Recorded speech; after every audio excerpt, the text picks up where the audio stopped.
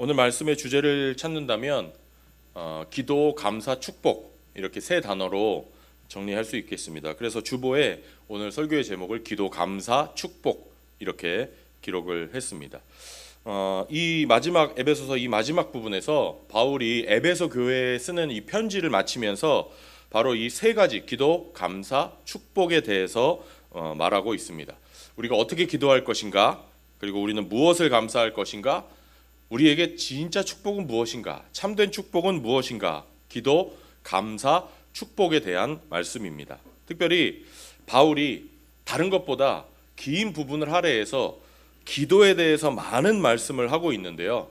그래서 오늘은 바울로부터 기도에 대해서, 다시 말하면 어떻게 기도할 것인지 먼저 배워보도록 하겠습니다. 그리고 짧게 감사에 대해서 배워보고 마지막 설교의 결론으로 진정한 축복이 무엇인지, 오늘 설교의 결론이기도 하지만 사실 에베소서 전체의 결론이기도 합니다. 우리 사람에게 진정한 축복이 무엇인지 짧게 배워보도록 하겠습니다. 첫째로 바울이 기도에 대해서 말합니다. 기도에 대해서 본문은 이렇게 말씀하는데요. 18절 말씀을 같이 읽겠습니다. 18절입니다. 시작. 온갖 기도와 간구로 언제나 성령 안에서 기도하십시오. 이것을 위하여 늘 깨어서 끝까지 참으면서 모든 성도를 위하여 간구하십시오. 아멘. 이게 우리말 성경에는 분명하게 나오지는 않는데요. 우리가 금방 읽은 이 18절 말씀을 헬라어 원어 성경으로 보면, 그리스어 원어 성경을 보면요, 모든이라는 똑같은 단어가 4번 반복돼서 나옵니다. 모든. 근데 이 단어를 우리말로 번역할 때 약간 다르게 번역했기 때문에 번역된 성경에는 이게 확실하게 나타나지가 않는 겁니다. 그러니까 18절을 우리말로 직역하면 이렇게 됩니다. 이렇게 직역해서 한번 읽어보겠습니다. 시작. 모든 종류의 기도와 간구로 모든 시간 안에 성령 안에서 기도하십시오. 또 이것을 위하여 모든 게임으로 끝까지 참으며 모든 성도를 위하여 간구하십시오. 아멘. 이 말씀을 바탕으로 생각해 보면, 만약에 우리가 바울에게 첫 번째로 어떻게 기도해야 됩니까? 라고 물어본다면 바울은 아마 이렇게 대답할 겁니다. 모든 방법을 써서 모든 종류의 기도를 다 하십시오. 이렇게 대답할 겁니다. 어떻게 기도합니까? 모든 방법으로 기도합니다. 가끔 이런 질문을 받습니다. 목사님, 기도할 때 꼭 소리 내서 기도해야 됩니까? 속으로 하면 안 됩니까? 조용히 기도하면 안 됩니까? 바울에게 물어보면 뭐라고 대답할까요? 바울은 아마 이렇게 대답할 겁니다. 소리를 내서 기도하고 속으로 기도하십시오. 둘 다 하라고 아마 대답할 겁니다. 잡념이 생겨서 기도에 집중이 안 될 때는 소리를 내서 기도하고, 혹은 소리를 질러서 기도하고, 영적으로 좀 눌릴 때, 내가 좀 마음이 답답하고 눌릴 때, 그때도 소리를 지르면서 기도하고, 예를 들어서 우리가 목장 연합 기도회로 한 달에 한 번 모였을 때, 그때만큼은 옆에 앉아 있는 사람의 기도 소리가 들리지 않을 정도로 찬양을 크게 틀어놓고 기도합니다. 그런데 나의 삶을 주님과 나눌 때, 그럴 때는, 개인적으로 기도할 때는 옆 사람에게 말하듯이 대화식으로 기도하는 게 또 좋습니다. 또 성경을 읽고 난 다음에, 혹은 나 혼자 큐티를 할 때, 성경 말씀을 붙잡고 나 혼자 하나님 앞에 기도할 때는 마음속으로 하는 묵상 기도가 또 좋습니다. 그러니까 어떤 분들이 이렇게 말하는 거 있잖아요. 목사님, 저는 꼭 소리 내서 기도해야 됩니다. 혹은 반대로, 목사님, 아무리 통성 기도를 크게 해도 저는 소리 내서 기도 못합니다. 우리 중에도 그런 분들 있죠. 통성 기도 아무리 해도 소리 못 내는 분들이 있잖아요. 문제 있는 겁니다. 우리가 기도의 사람이 되려면요, 소리 내서 기도할 수도 있어야 되고, 대화식으로 기도할 수도 있어야 되고, 묵상 기도도 할 수 있어야 되는 겁니다. 모든 방법으로 기도하는 것이 바로 성경의 원리입니다. 두 번째로, 만약에 우리가 바울에게 그러면 기도는 어디서 해야 됩니까? 꼭 교회 와서 기도해야 됩니까? 집에서 하면 안 됩니까? 이렇게 물으면 바울은 아마 이렇게 대답할 겁니다. 모든 장소에서 기도하십시오. 어디서 기도합니까? 모든 장소에서 기도합니다. 여러분, 우리 집에서 기도해야 됩니다. 어디서요? 집에서 기도해야 됩니다. 이거 중요합니다. 우리가 집에서 기도하는 게 왜 중요하냐면, 우리가 집에서 기도하면 자녀들에게 우리 가정의 주인이 주님이시고 우리 가정의 주인인 하나님이 우리 가정을 다스리신다는 것을 기도를 통해서 보여주는 것이 됩니다. 그리고 우리는 또 일터에서 기도해야 됩니다. 어디에서요? 일터에서. 왜 우리가 일터에서 기도합니까? 일터에서 기도하는 것을 통해서 직장 생활과 교회 생활이 이 두 가지가 동떨어진 별개의 것이 아니라 내 일터가 내 사역의 장소라는 사실을 수시로 나 자신에게 확인시켜 줘야 됩니다. 누구에게? 나 자신에게. 내가 그걸 자꾸 잊어버리거든요. 우리는 또 교회에 와서 기도합니다. 왜 교회에 와서 기도해야 될까요? 제일 중요한 이유가 있습니다. 왜 우리가 교회에 와서 기도해야 됩니까? 가장 중요한 이유, 교회에 와서 기도하는 게 기도가 제일 잘 되기 때문입니다. 교회에 와서 기도하는 게 기도가 제일 잘 돼요. 그러니까 나는 꼭 집에서 기도해야 된다거나 나는 꼭 교회에 가서 기도해야 된다거나 이렇게 꼭 어디에서만 해야 된다고 하는 거, 여러분 이거 뭔가 이상한 겁니다. 기도의 사람이 되려면 교회에서도 기도하고 집에서도 기도하고 특별히 일터에서도 기도해야 됩니다. 우리가 또 바울에게 묻습니다. 기도는 언제 해야 됩니까? 아침에 일어나서 하는 게 좋습니까? 잠자기 전에 하는 게 좋습니까? 그러면 바울이 뭐라고 대답할까요? 바울은 아마 모든 때 기도하십시오 이렇게 대답할 겁니다. 언제 기도합니까? 모든 때 기도합니다. 아침에 일어나서 우리는 하나님께 하루를 맡기는 기도를 합니다. 하나님, 오늘 하루를 부탁합니다. 잠자리에 들기 전에는 하루를 반성하고 하루를 무사하게 지내게 해주신 하나님께 감사하는 기도를 합니다. 그리고 밥 먹을 때마다 우리가 하루에 몇 번 기도하죠? 3번 기도합니다. 3끼를 드시는 분은 3번 하시겠죠? 2끼를 드시는 분은 2번 기도하시겠죠? 식사기도 굉장히 중요합니다. 식사기도가 왜 중요할까요? 식사기도는요, 식사기도 할 때마다 하나님이 나의 삶에 항상 동행하신다, 항상 함께 같이 계시다는 것을 확인하는 순간이기 때문에 중요합니다. 그래서 그 짧은 식사기도를 우리가 하는 거예요. 아주 짧게 하잖아요. 중요합니다. 여러분, 운전하고 가다가 아름다운 경치를 보면 우리가 눈을 감을 수가 없으니까 눈을 뜬 채로 하나님, 경치가 오늘 정말 아름답네요, 이렇게 하나님과 대화를 나누는 기도를 합니다. 그러니까 우리는 일어나서 기도하고 자기 전에 기도하고 밥 먹을 때 기도하고 수시로 기도합니다. 모든 때에 기도하는 겁니다. 바울에게 기도는 누구를 위해서 합니까? 라고 물으면 바울은 뭐라고 대답하겠습니까? 4번째로 모든 사람을 위해서 기도하라고 할 겁니다. 모든 사람을. 자, 여러분, 누구를 위해서 기도합니까? 모든 사람을 위해서 기도합니다. 기도의 대상이 모든 사람이라는 것에 대해서 바울이 조금 더 구체적으로 설명하는데 그게 18절 19절 말씀입니다. 한번 읽어보겠습니다. 18절 19절 시작. 온갖 기도와 간구로 언제나 성령 안에서 기도하십시오. 이것을 위하여 늘 깨어서 끝까지 참으면서 모든 성도를 위하여 간구하십시오. 또 나를 위하여 기도하기를 내가 입을 열 때에 하나님께서 말씀을 주셔서 담대하게 복음의 비밀을 알릴 수 있게 해달라고 하십시오. 아멘.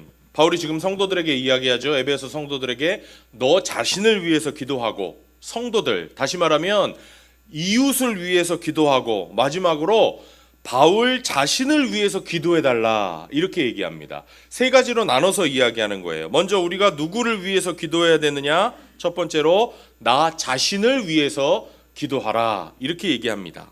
너 자신을 위해서, 자기 자신을 위해서 어떻게 기도합니까? 여러 가지 기도가 있겠지만 우리가 무엇보다도 영적으로 승리할 수 있도록 기도해야 됩니다. 나 자신을 위해서 기도할 때 뭐 할 수 있도록? 영적으로 승리할 수 있도록. 여러분, 우리가 이 기도에 대한 말씀이 영적인 싸움, 영적인 무장에 대한 이야기를 끝내면서 이어지는 말씀이라는 사실을 기억하십니까? 지난주에 그리고 그 전주 몇 주 동안에 영적인 전쟁에 대한 이야기가 나왔지 않습니까? 거기에 이어지는 말씀이에요. 그래서 어떤 분은요, 기도도 하나님이 우리에게 주시는 영적인 무기 중에 하나다 이렇게 설명하기도 합니다. 중요한 건요, 다른 건 다 몰라도 우리가 영적인 싸움에서 이기려면 기도가 중요하다는 사실이에요. 시험 받지 않도록 기도하고, 내가 시험과 시련 가운데 있을 때는 승리할 수 있도록 기도하고, 승리했으면 방심해서 넘어지지 않도록 기도하라는 겁니다. 또 우리는 좀 더 적극적으로 나를 향한 하나님의 뜻이 이루어지도록 하나님께서 나를 통해서 하나님의 뜻을 이루시도록 기도합니다. 여러분, 우리가 이 지구에 그냥 던져진 존재가 아니라는 사실을 아십니까? 나는 도대체 왜 태어났나 생각해 본 적 있으십니까? 하나님이 우리를 이 세상에 보내실 때는 그냥 우리를 이 세상에 였다 하고 던진 게 아니라는 사실을 여러분 아셔야 돼요. 반드시 하나님이 우리를 이 세상에 보내실 때는 사명을 주셔서 보내셨습니다. 근데요, 물론 우리가 예수님 믿기 전에는, 하나님 만나기 전에는 하나님 모르기 때문에 이 세상에 내가 사명이 있는지조차 생각을 안 합니다. 그래서 내가 이 세상을 사는 목적이 뭐예요? 예수님 믿기 전에는 잘 먹고 잘 사는 겁니다. 좋은 아파트 사는 겁니다. 좋은 차 사는 겁니다. 자녀들에게 재산 많이 물려주는 겁니다. 대치동 가서 사는 겁니다. 자녀들을 의사 만드는 겁니다. 판검사 만드는 겁니다. 이게 뭐예요? 삶의, 예수 믿기 전에는 이게 삶의 목적이에요. 남들이 그러니까 똑같이 그렇게 사는 거예요. 예수 믿고도 이런 꿈을 꾸는 분들이 있죠. 하나님하고 씨름하면서 사는 분들이 있잖아요. 그런데 여러분, 예수님을 영접해서 하나님의 자녀가 되잖아요. 하나님께 그 다음에 물어보시면 그때부터는 하나님이 내 인생의 목적을 하나님이 가르쳐 주세요. 내가 너에게 가지고 있는 목적, 내가 너의 인생에 가지고 있는 계획이 뭔지 가르쳐 주세요. 그리고 하나님, 그럼 나 그렇게 살기 원합니다 하면요, 순종해서 한 걸음 떼면 하나님이 내 삶에서 그 뜻을 이루어 가십니다. 믿으시길 바랍니다. 근데 여러분, 굉장히 뻑적지근한 일이 생기는 거 아니에요. 고아원과 양로원, 학교법인 그런 거 아니에요. 이걸 깨달으셔야 돼요. 그런 건 그냥 시키시면 하는 거예요. 뻑적지근한 일이 생기는 거 아니에요. 맨날 예수 믿고 큰 일, 위대한 일, 크게 쓰임 받는 거, 이런 것만 얘기하니까 잘못된 기복신앙에 빠지는 거예요. 그게 아니라 하나님은 내가 살고 있는 내 자리에서, 내가 있는 환경에서 나를 통해서 묵묵히 하나님의 뜻을 이루어 가시는 거예요. 대박 그거 아니에요. 그리고 사실 여러분, 저는 믿기로 이렇게 믿어요. 나의 일상에서, 나의 아무것도 아닌 일상에서 하나님의 그 위대한 뜻이 이루어진다? 그거보다 더 큰 일은 없어요. 그거보다 더 큰 일이 어디 있습니까? 예를 들어서 이런 거예요. 나를 통해서 미움이 있는 곳에 사랑이 싹 틉니다. 나를 통해서 미움이 가득했던 우리 가정에 사랑이 조금 싹 틉니다. 증오가 가득했던 우리 가정에 사랑이 싹 터요. 이거보다 위대한 일이 있습니까? 육체적인 질병, 정신적인 질병으로 고생하던 사람들이 하나님이 나를 통해서 치유해 주십니다. 악한 영이 역사하는 곳에 나를 통해서 악한 영의 세력을 하나님이 물리쳐 주십니다. 하나님 모르는 사람들에게 내 입술을 통해서, 나의 삶을 통해서 복음이 전해지게 하시고 그 삶의 믿음이 뿌리 내리게 하십니다. 여러분, 이렇게 하나님이 역사하실 때는 각자의 주어진 환경에서 주어진 때에 역사하시기 때문에, 그래서 우리가 항상 뭘 해야 되냐면 기도해야 되는 겁니다. 하나님 지금 뭘 하고 계십니까? 예를 들어서 어떤 사람이 나에게 찾아와서 도움을 청하면 그때 하나님께 묻는 거예요. 하나님, 내가 지금 이 사람에게 뭘 해주기를 원하십니까? 누군가 나에게 대화를 요청할 때 하나님, 이 사람을 나에게 왜 보내주셨습니까? 내가 이 사람에게 무슨 말을 해주기를 원하십니까? 혹은 그냥 듣기만을 원하십니까? 항상 기도하는 겁니다. 그때 나를 통해서 주님의 뜻이 이루어지기를 기도하는 겁니다. 우리 성도님들 항상 기도하셔서 악한 세력을 물리치시고 하나님의 뜻을 이루어드리는 귀한 삶을 살아가시기를 바랍니다. 나를 위해서 기도합니다.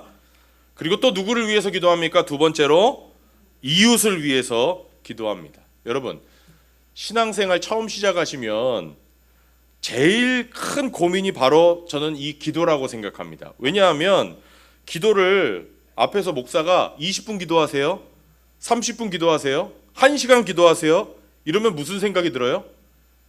난 그렇게 오래 기도 못하는데. 왜냐하면 한 1분, 2분 기도하고 나면 할 말이 있어요, 없어요? 우리는 다 신앙생활 오래 하셔가지고 1시간 기도는 다 쉽게 하시죠. 1, 2분 기도하면 할 말이 없어요. 어떻게 그렇게 오래 기도하는지 궁금합니다. 왜냐하면 기도는 오직 나를 위한 거고, 기도라는 것 자체가 하나님께 뭔가를 달라고 구하는 거, 그것만 기도라고 생각하는 겁니다. 근데 우리가 이 책임을 쉽게 잃어버려요. 어떤 책임? 이웃을 위해서 기도해야 될 책임이 있습니다. 누구를 위해서? 이웃을 위해서. 왜냐? 우리가 살아가는 이 시대가요, 아주 극단적인 개인주의 시대이기 때문입니다. 무슨 주의? 개인주의 너무 익숙합니다. 너무나 익숙합니다. 남자들 결혼 안 하려고 합니다. 결혼 안 하려고 해요. 결혼하는 게 뭔가에 매이는 거라고 생각합니다. 예수 믿으면서도 그렇게 생각합니다. 결혼하면 뭘 잃어버려요? 자유를 잃어버려요. 한 여자의 인생을 책임진다는 걸 부담스러워합니다. 내가 왜 네 인생을 책임져야 되냐? 내가 왜 가족의 인생을 책임져야 되냐? 그러다 보니까 어떤 일이 벌어집니까? 같이 살기는 하지만 결혼 안 합니다. 요즘에 그런 커플들 많습니다. 애를 낳고서도 결혼 안 하려고 합니다. 극도의 개인주의입니다. 이런 개인주의는 남자뿐만 아니라 여자도 마찬가지입니다. 남자만 그런 거 아닙니다. 여자들도 마찬가지예요. 옛날에는요, 자녀 낳아서 기르는 게 여자의 고귀한 사명이라고 생각했습니다. 기독교가 없는 시대에도 그랬어요. 그리고 남자를 서포트하는 게 여자의 고귀한 사명이라고 생각했습니다. 여러분, 실제로 그게 너무 힘든 일인데 얼마나 아름다운 일입니까? 저는 너무 아름답고 귀한 일이라고 생각하거든요. 근데 요즘에는 여성들이 아기 낳아서 키우는 게 인생 낭비라고 생각합니다. 젊은 사람들 특히 그렇습니다. 그렇지 않습니까? 아니에요? 그래서 결혼해도 가능하면 애 낳아요, 안 낳아요? 결혼하고 남편 밥 차려줘요, 안 차려줘요?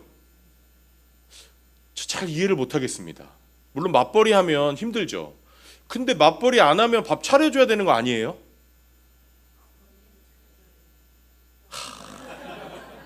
인생에 한이 담긴 메시지였습니다. 물론 성별이 바뀌어도 전 마찬가지라고 생각해요. 여성이라고 남성이 가정에 살림을 한다면 마찬가지겠죠. 왜 안 차려주세요? 도대체?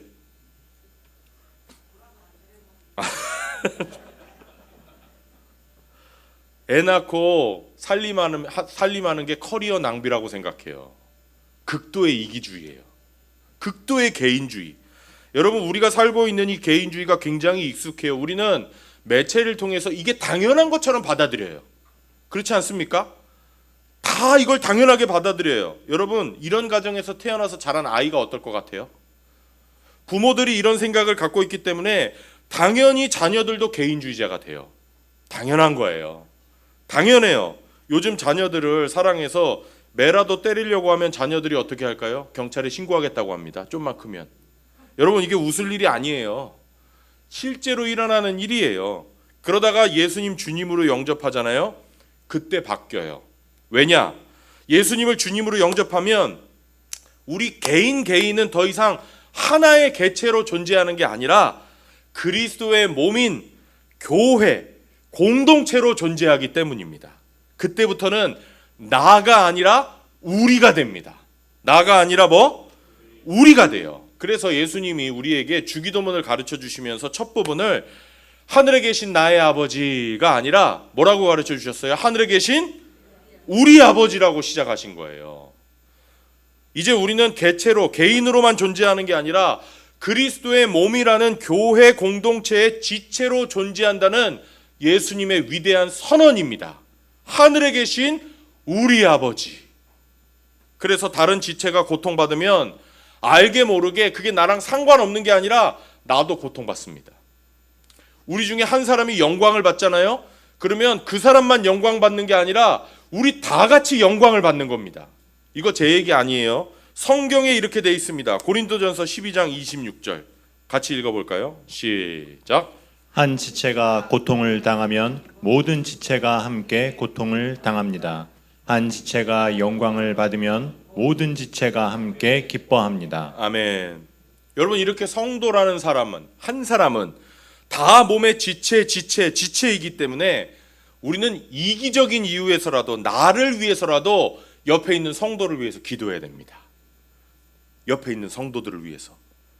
그렇다고 여러분, 다른 성도들을 위해서 이전에 나 한 번도 기도해 본 적 없는데 처음부터 많이 기도하려고 하지는 마십시오. 그게 쉬운 일은 아닙니다. 조금씩 범위를 넓히시기를 바랍니다. 예를 들어서 나만을 위해서 기도하셨던 분들은 여러분 가족을 위해서 기도하십시오. 나와 가족만을 위해서 기도하셨던 분들은 오늘부터는 목원들을 위해서 기도하십시오. 목원들을 위해서. 여러분, 목원들을 쳐다보시고 한번 얘기하겠습니다. 당신을 위해서 기도하겠습니다. 오늘부터 기도하는 겁니다. 목원까지 기도하셨던 분들은 오늘부터는 목사인 저와 손재영 장로님을 위해서 기도해 주십시오. 오, 그래도 한 분이 아멘을 해 주셨습니다. 목사와 장로를 위해서 이미 기도하고 계셨던 분들은 하나님이 기도하라고 알려주시는 성도님들, 여러분 마음속에 떠오르는 성도님들, 그리고 여러분 나와 평소에 상관없다고 생각했던 이웃들을 위해서 기도하십시오. 하나님이 기도를 시키실 때는 그 사람에 대한 소식을 들었을 때 내 마음속에서 그 사람 생각이 떠나가지 않고요, 내가 그 사람을 위해서 기도해야겠다라는 생각이 들게 돼 있습니다. 그래서 어떤 사람의 소식을 똑같이 들었는데 어떤 사람은 그 소식을 듣고도 덤덤한데 나는 그게 굉장히 큰 아픔으로 느껴지고 걱정이 될 때가 있습니다.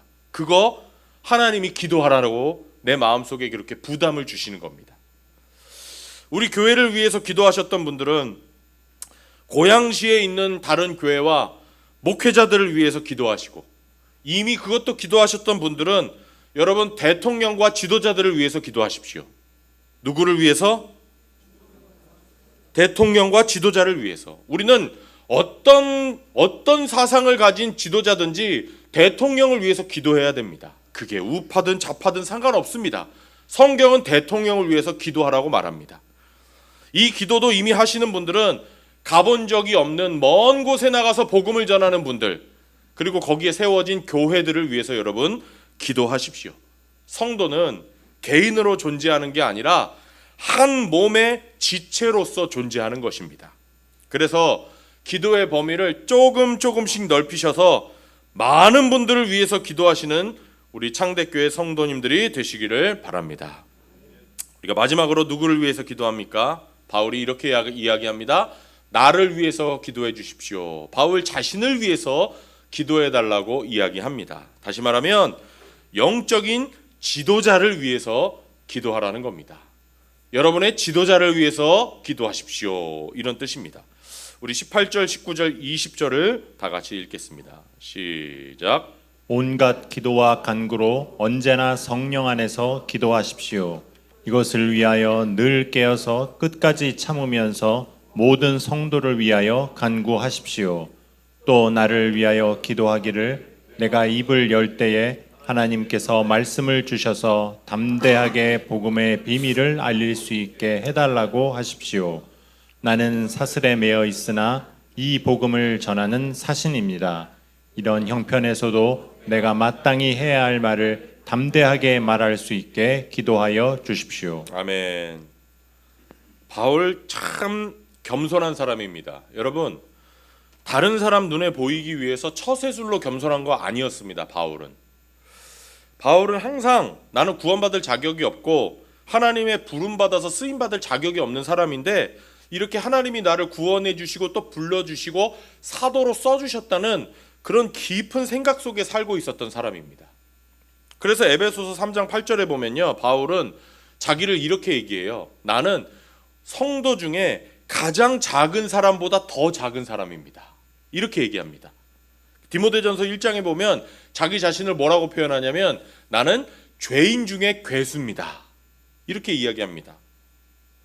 반대로 우리 중에는 다른 사람에게 보이는 게 너무 중요한 사람들 있잖아요.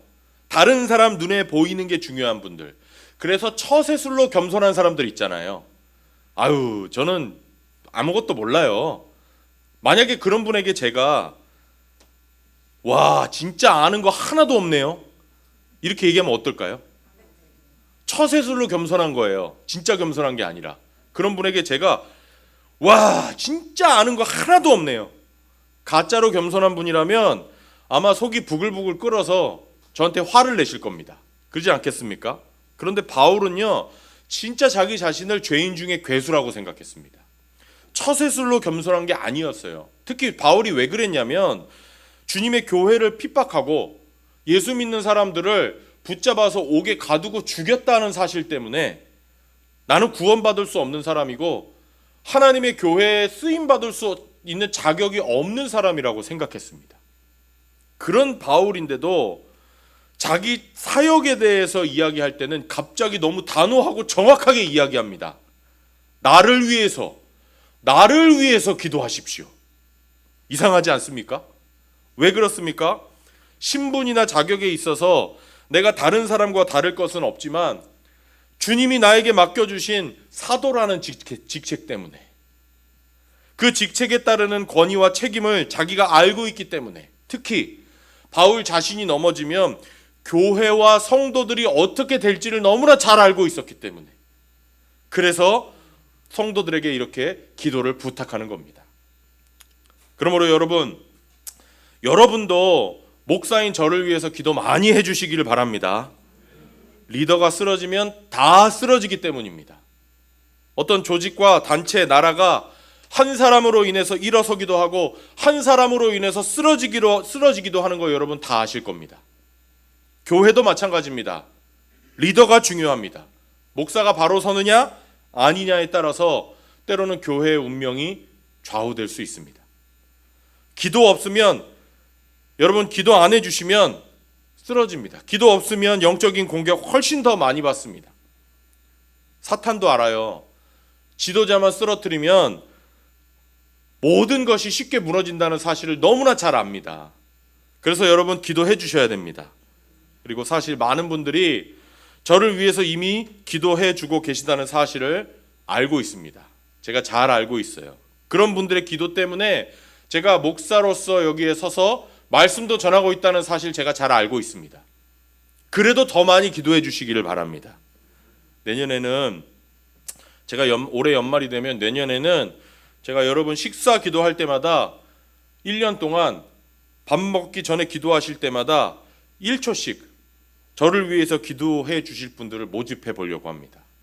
그럼 하루에 몇 번 기도하시게 될까요? 많이 자원해 주시기를 바랍니다. 왜냐하면 제가 이렇게 하는 이유는 이게 단지 저를 위한 게 아니라 결국은 이게 여러분을 위한 복이 될 거라고 믿기 때문입니다. 반드시 그렇게 될 줄로 저는 믿습니다. 여러분, 우리 신앙생활에는 기도가 절대적으로 필요합니다. 오늘 말씀을 통해서 기도의 중요성을 깨닫고, 내가 지금 하던 기도보다 조금만 더 해봐야겠다라는 생각이 드셨다면, 그렇게 오늘 예배 마치고 돌아가신다면 오늘 예배는 대성공입니다. 여러분, 우리가 지금 하려고 하는 일, 여러분이 지금 하려고 하는 일, 여러분, 이 모든 문제는 인간이 해결할 수 있는 게 아니에요. 우리가 어떻게 사람의 생각과 사람의 삶을 바꿀 수 있어요? 어떻게 우리가 내 옆에 있는 사람의 삶을 개조시킬 수 있어요? 말한다고 됩니까? 우리가 어떻게 하나님에게 무관심한 사람에게 하나님에 대해서 관심을 갖게 하고 하나님을 알게 할 수가 있어요? 그게 우리 능력으로 됩니까? 우리가 어떻게 마음이 딱딱하고 교만한 사람이 자기 자신이 얼마나 큰 죄인인지를 깨닫게 하고 자기 삶에 일어나는 문제가 자기 자신 때문이라는 것을 깨닫게 할 수가 있겠습니까? 안 됩니다. 기도밖에 없습니다. 기도의 절대적인 중요성을 깨달으시기를 바랍니다.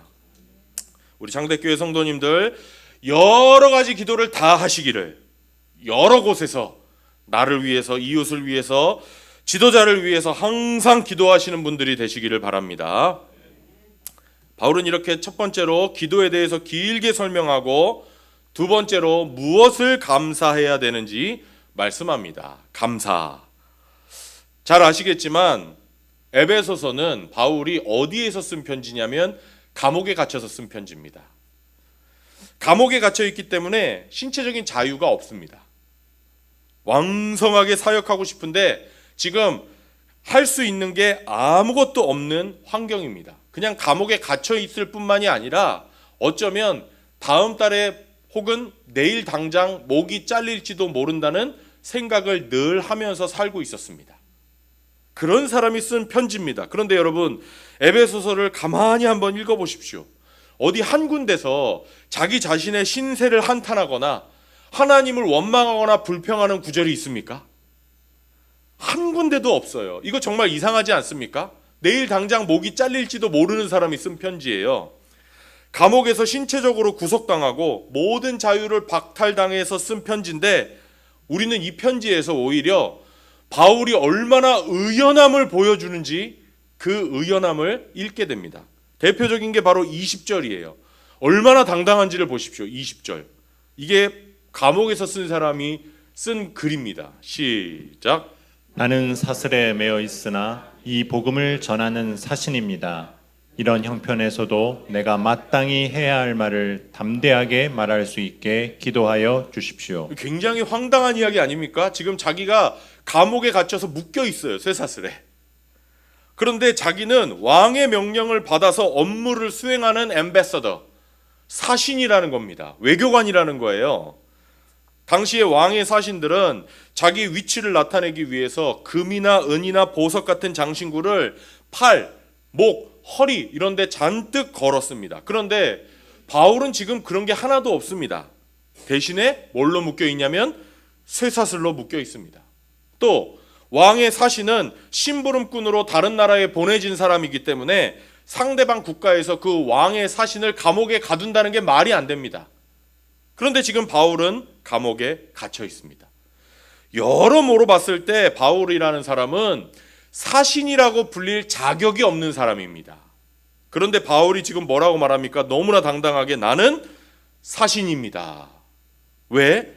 사신은 사명을 갖고 왕에게 보냄을 받은 사람인데 나는 지금 감옥에 갇혀 있지만 왕에게 받은 사명을 완수하고 있는 중이기 때문입니다. 바울이 누구의 사신입니까? 왕이신 하나님의 사신입니다.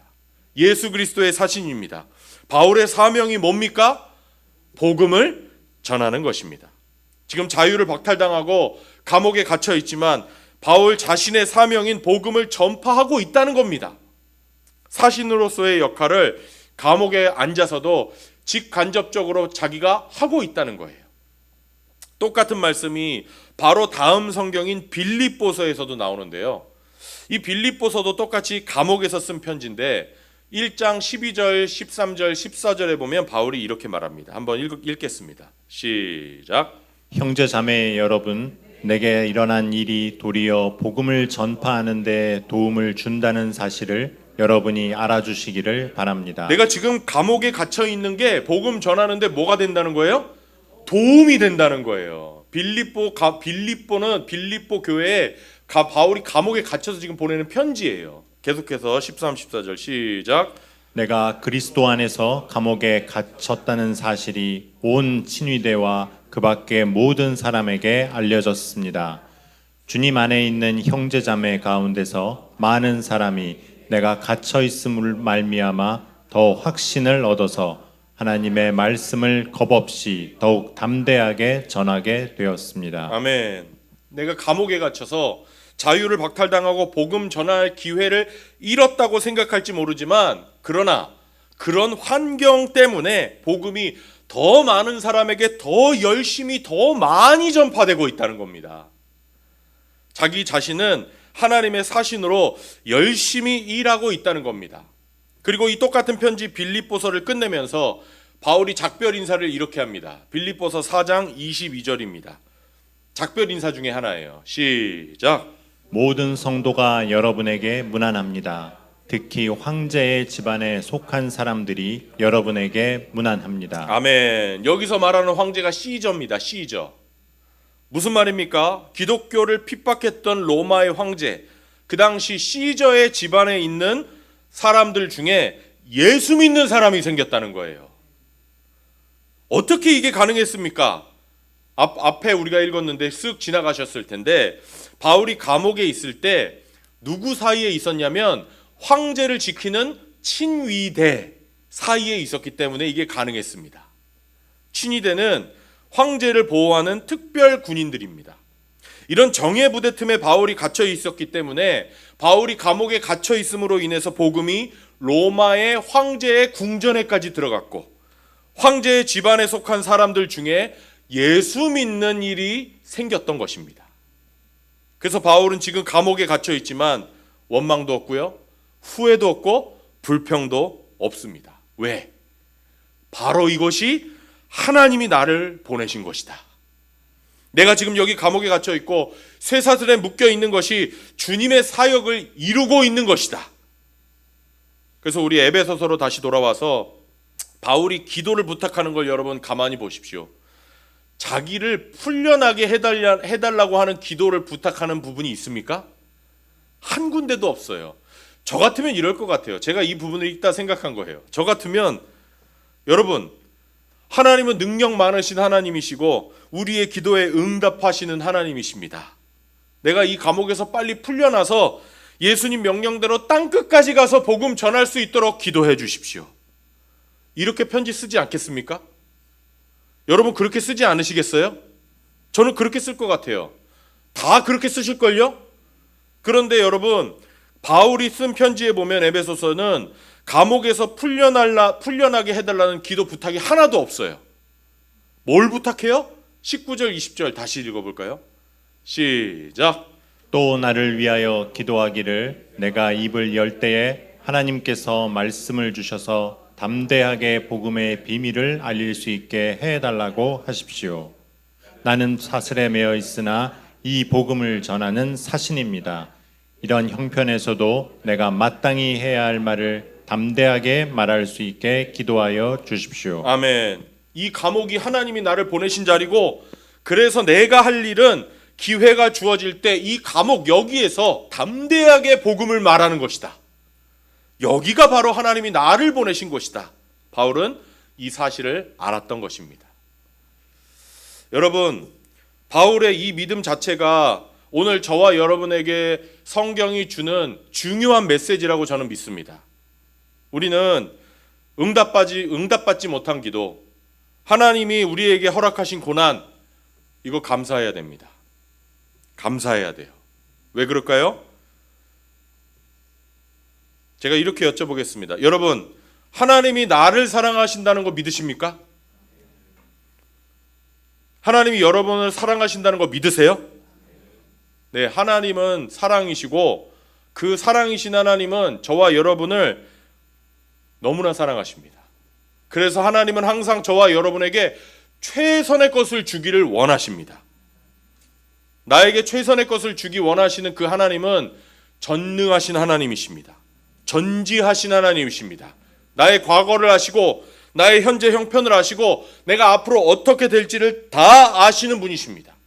그 하나님은 아무것도 없는 무에서 말씀 한마디로 온 천하 만물을 창조하셨고, 이미 죽어서 3일 4일이나 지나서 썩은 냄새가 나는 나사로를 무덤에서 살리신 분이십니다. 그 하나님이 저와 여러분에게 가장 좋은 것을 주기를 원하십니다. 또 여러분, 우리 예수님의 이름으로 기도하면 하나님이 우리 기도를 들으신다는 거 여러분 믿으십니까? 성경에 여러 곳에서 약속되어 있습니다.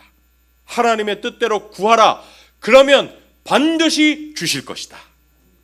만약에 여러분이 나는 주님을 위해서 살고 주님을 위해서 죽겠다. 내가 뭘 하든지 나는 주님께 쓰임받는 인생으로 살고 주님께 영광 돌리기를 원한다.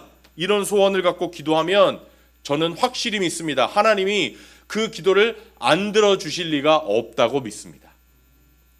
만약에 그렇게 기도했는데도 하나님이 침묵하고 계시다면 그 침묵이 바로 기도 응답이라는 걸 우리는 믿어야 됩니다.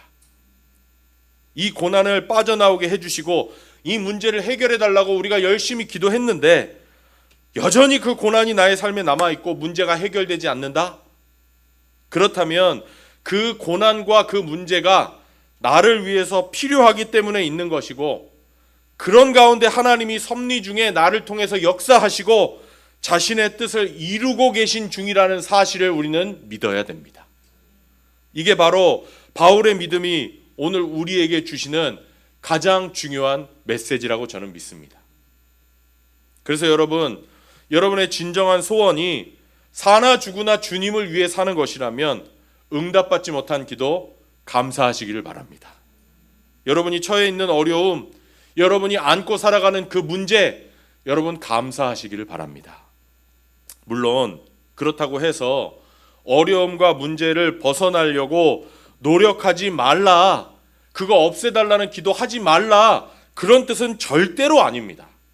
저는 하나님은 우리가 찬송한 대로 복 주시기를 원하는 분이고, 그래서 우리에게 있는 고통, 아픔, 이거 하나님이 원하시는 거 아니라고 믿습니다.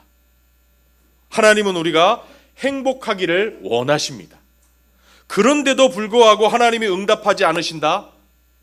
그러면 그게 나를 향한 하나님의 사랑이고, 내 눈에는 아직 보이지 않지만 그 어려움과 문제를 통해서 하나님이 지금 뜻을 이루어 가시는 중이라는 사실을 우리는 믿어야 된다는 것입니다. 그래서 바울은 감옥에서 풀려나려고 기도하지 않았습니다. 이곳이 내가 있어야 할 자리라는 것을 알고 있었던 겁니다. 사람들이 볼 때는 내가 자유를 잃어버렸고 그래서 복음 전할 수 있는 길이 막힌 것 같지만 하나님은 이곳에서 나를 통해서 역사하신다, 이거를 볼 수 있었던 겁니다.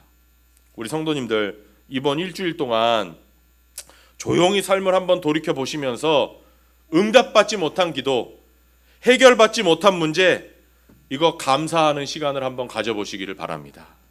하나님이 주신 축복도 감사하시고, 하나님이 허락하신 아픔도 감사하시고, 하나님이 주셨던 기쁨도 감사하시고, 하나님이 주셨던 눈물도 감사하는 일주일이 되시기를 바랍니다.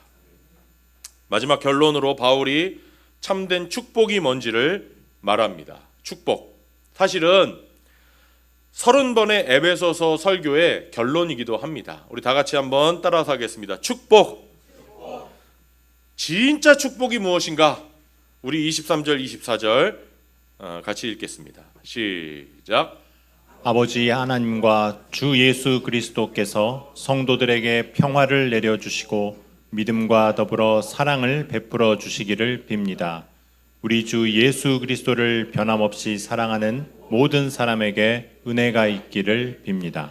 여러분이 빨간색으로 표시된 단어 4개를 주목해 주십시오. 바울이 똑같은 축복으로 편지를 시작하고요, 똑같은 축복으로 편지를 끝냅니다. 이 4가지 단어 눈에 띄죠? 평화, 믿음, 사랑, 은혜. 여러분, 인간에게 진짜 축복이 뭐냐고 묻는다면 저는 이 4가지라고 대답하고 싶습니다. 다 같이 한번 따라서 하겠습니다. 평화, 믿음, 사랑, 은혜. 물론 돈이 많아서 좋은 집 살고 좋은 차 타고 다니는 거 축복입니다. 은행에 돈이 많아서 경제적인 여유가 있다? 축복입니다.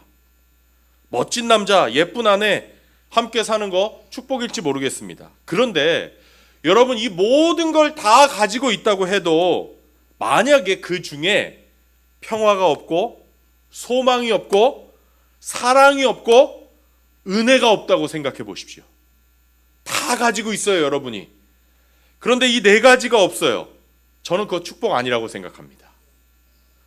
그런데 내가 좀 가진 것은 남들보다 없고 평범할지 모르고 남들이 알아주는 지위가 없을지는 모르지만 나의 삶에 평화가 있고 나에게 예수님을 믿는 믿음이 있고 내가 하나님의 은혜 안에 살아간다는 그 확신이 있고 실제로 내 삶에, 우리 가정에 하나님의 은혜가 역사하고 있다면 여러분, 그게 바로 행복한 삶이고 축복받은 삶 아니겠습니까?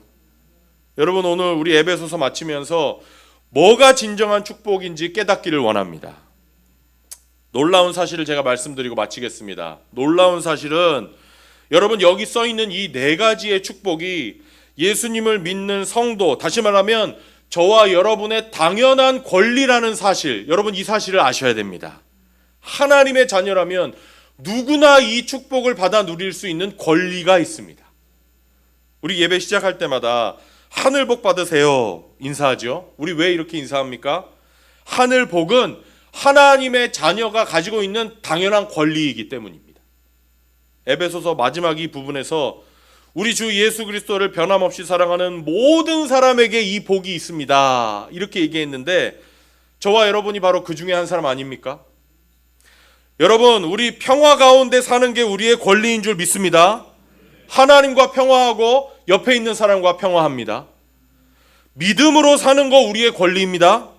우리는요, 자신 없이 두려워하면서 더 이상 그렇게 살 필요가 없습니다. 우리는 믿음 가운데, 소망 가운데 살 수 있습니다. 사랑 가운데 사는 거 우리의 권리입니다. 우리 하나님을 사랑하고 하나님께 사랑받고 또 옆에 있는 이웃과 사랑을 나누면서 사는 것이 저와 여러분의 권리인 줄을 믿습니다. 은혜 가운데 사는 거, 여러분 이거 하나님 자녀된 저와 여러분의 권리입니다. 제가 언젠가 설명드렸는데 이 은혜라는 게 뭐냐, 막연한 거라고 생각하시는 것 같아서 은혜는 여러분 뭐냐면, 따라서 하겠습니다. 하나님의 능력. 은혜는 하나님의 능력이에요. 무슨 소리냐? 하나님은 우리가 기뻐할 수 없는 곳에서 기뻐할 수 있는 능력을 주셨습니다. 믿기를 바랍니다. 우리가 이길 수 없는 죄를 이길 수 있는 능력을 주셨습니다. 이게 은혜입니다. 용서할 수 없는 사람을 용서할 수 있는 능력을 주셨습니다. 이게 하나님의 은혜입니다. 기도를 통해서 사람이 할 수 없는 것을 할 수 있는 능력을 주셨습니다. 이게 하나님의 은혜입니다. 여러분, 이 능력, 이 은혜가 우리 삶에 역사합니다. 사랑하는 여러분, 절대로 잊지 마십시오. 평화, 믿음, 사랑, 은혜, 이 하늘의 축복이 저와 여러분의 권리입니다. 악한 영이 이 권리를 뺏어가지 못하도록 잘 지키시기를 바랍니다. 하나님 자녀의 권리를 나에게서 뺏어가지 못하도록 잘 지켜나가시기를 바랍니다. 항상 기도하시고 항상 감사하시고, 그래서 하나님이 주신 놀라운 권리, 놀라운 축복, 가짜 축복이 아니라 진짜 축복, 참된 축복 속에서 살아가시는 저와 여러분이 되기를 주님의 이름으로 축원합니다. 기도하겠습니다.